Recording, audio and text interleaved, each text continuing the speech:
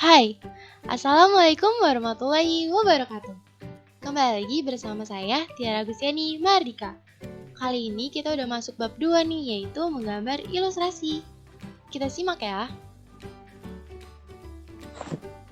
Pengertian ilustrasi.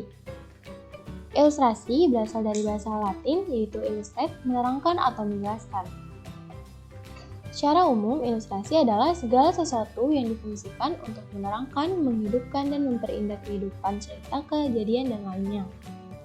Jadi, ilustrasi adalah jenis gambar yang dibuat untuk menjelaskan atau menerangkan suatu naskah tertulis baik berupa bacaan, cerita, berita, artikel, dan lainnya agar mudah dimengerti maksud atau isinya.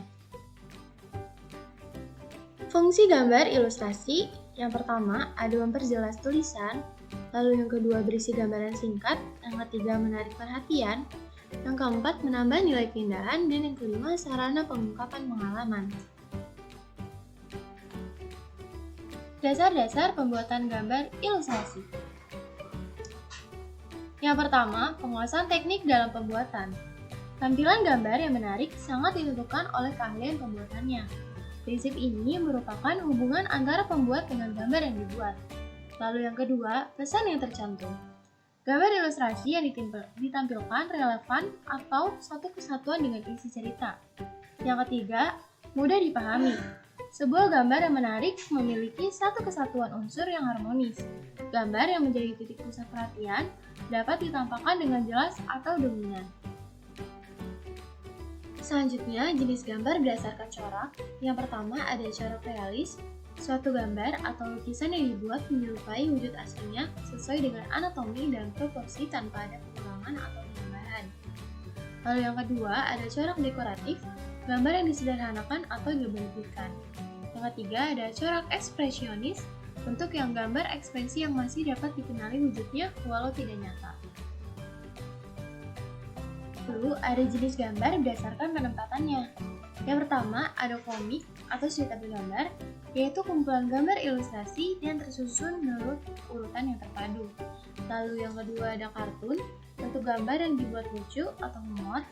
Lalu ada karikatur, menampilkan karakter wajah atau bentuk tubuh seseorang dengan proporsi wajah dilebih-lebihkan atau didistorsi sesuai keinginan penggambar. Selanjutnya ada ilustrasi rubrik, gambar penghias suatu ruang khusus atau kolom media cetak.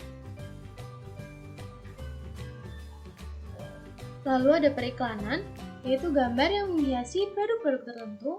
Yang terakhir ada ilustrasi sampul, ilustrasi yang menghiasi sampul sebuah buku, majalah, dan berikut ini ada contoh-contoh dari gambar, yaitu ada karikatur, lalu kartun, lalu ada sampul buku, periklanan, terus ada rubrik, sama ada komik.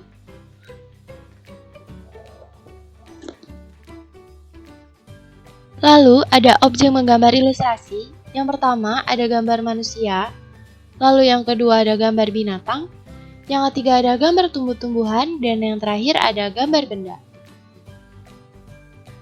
Selanjutnya ada bahan dan alat. Yang pertama itu ada media hitam putih. Pada masa lalu, banyak orang menggambar ilustrasi menggunakan trackpen sebagai alat utamanya dan bak tinta sebagai pewarnanya. Trackpen digunakan karena penggunaan yang mudah.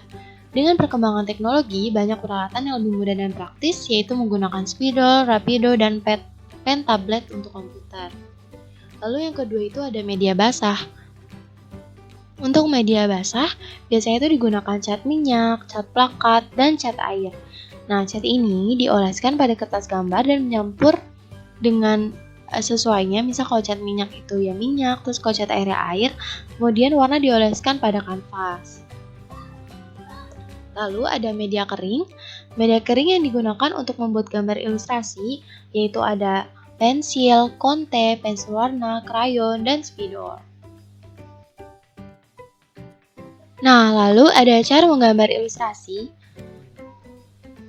Cara menggambar ilustrasi yang pertama itu bisa teknik manual. Lalu yang kedua ada teknik digital. Nah, kalau misalnya teknik manual yang biasa kita lakukan yaitu menggunakan tangan sendiri, terus diwarnai menggunakan pensil warna atau cat air atau cat akrilik. Sementara kalau misalnya teknik digital menggunakan alat-alat, biasanya menggunakan program komputer yaitu seperti Corel Draw atau Photoshop. Wah, udah di penghujung acara nih. Sekian untuk materi kali ini. Semoga bermanfaat. Sampai jumpa kembali. Wassalamualaikum warahmatullahi wabarakatuh.